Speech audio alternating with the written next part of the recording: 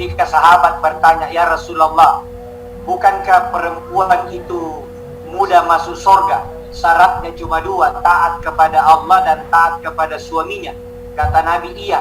Terus kenapa Nabi mengatakan lebih banyak perempuan masuk neraka? Kata Nabi, karena ada satu sifat perempuan yang sulit dia hilangkan, yaitu tidak pandai berterima kasih. Lalu bertanya sahabat, apa maksudnya tidak pandai berterima kasih? Kata Nabi, 1000 kebaikan suaminya kepadanya, tiba-tiba suaminya melakukan satu kesalahan, hapus itu yang 1000. Hilang itu yang 1000. Iya. Ulang lagi. Iya. Kemarin datang yang di sana. Jadi pergi ke Mendian.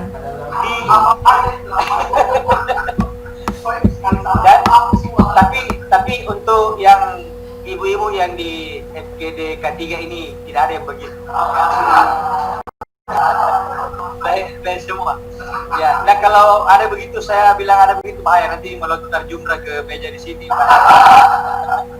Ya, yang kedua, ini menarik yang kedua ini, Bapak Ibu, di mana saya berada. Saya 2 hari yang lalu live streaming Facebook dengan judul taat di medsos, bejat di dunia nyata. Dan ini juga fenomena. Kalau kita lihat tulisan-tulisannya di WA, di grup, di Facebook, ini luar biasa. Jadi dia takwa di Facebook, tapi laknat di dunia nyata. Jadi di dunia maya dia alim, di dunia nyata dia zalim. Dia tulis tentang kelemah lembutan, padahal dia pukul istrinya di luar. Ya, jadi dia cerita tentang sedekah tapi sekeknya minta ampun. Jadi inilah yang saya maksud, taat di dunia maya, laknat di dunia nyata.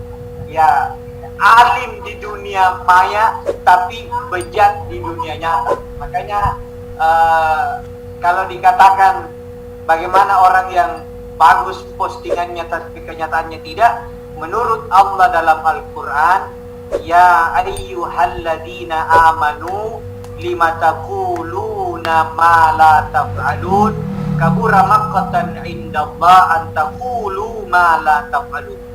Wahai orang-orang yang beriman, kenapa engkau mengatakan apa yang tidak engkau lakukan? Ya, dosa besar di sisi Allah, kabura maqtan indallah, dosa besar di sisi Allah, antaqulu ma la taf'alun, yang mengatakan apa yang tidak dia lakukan. Kenapa Quran bilang dia mengatakan? Karena pada waktu itu belum ada medsos, belum ada. Seandainya ayat itu turun sekarang, maka akan berbunyi dosa besar di sisi Allah yang pintar menulis tapi tidak melakukan. Ya, jadi jelas ayatnya dalam Al-Quran ini berdosa. Makanya saya ada guru saya di salah satu daerah di Sulsel, dia beliau hafal Quran. Beliau bilang, saya tidak pernah menceramahkan tentang kemuliaan sholat tahajud. Saya bilang, kenapa Pak? Dia bilang, karena saya belum rutin setiap malam sholat tahajud. Begitu hati-hatinya beliau. Padahal sebenarnya menyampaikan tidak salah, karena siapa tahu dari menyampaikan memotivasi. Cuma dia bilang, saya pribadi tidak berani menyampaikan yang saya belum mampu menjaganya secara rutin. Jadi itu kira-kira seperti itu makna dari sharingnya Pak Ridwan.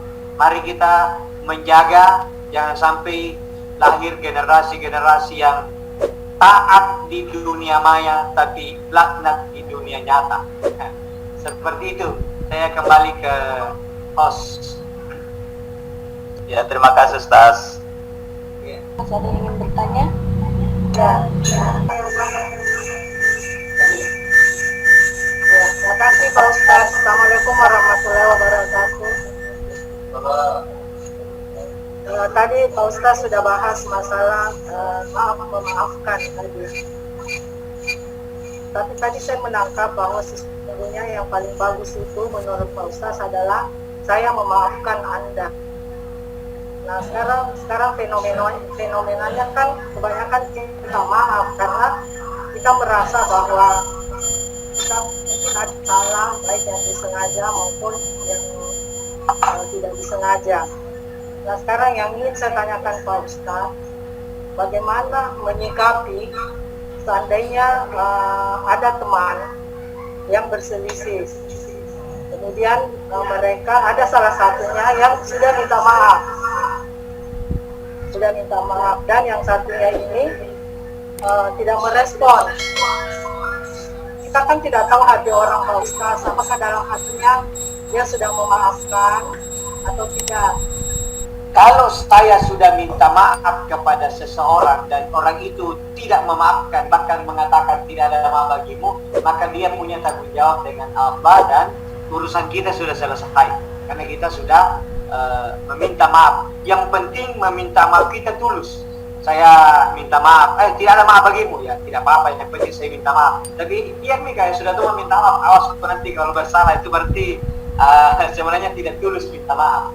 Jadi kalau kita tulus minta maaf, orang tidak memaafkan sudah tidak ada masalah dan kita tidak ada lagi marah, balisikku sudah meminta maaf baru tidak mau maafkan. Bohong itu adalah dosa yang besar, tapi dibolehkan berbohong untuk mendamaikan dua orang yang lagi bertengkar. Saking pentingnya ini untuk kita atau menyambung silaturahim.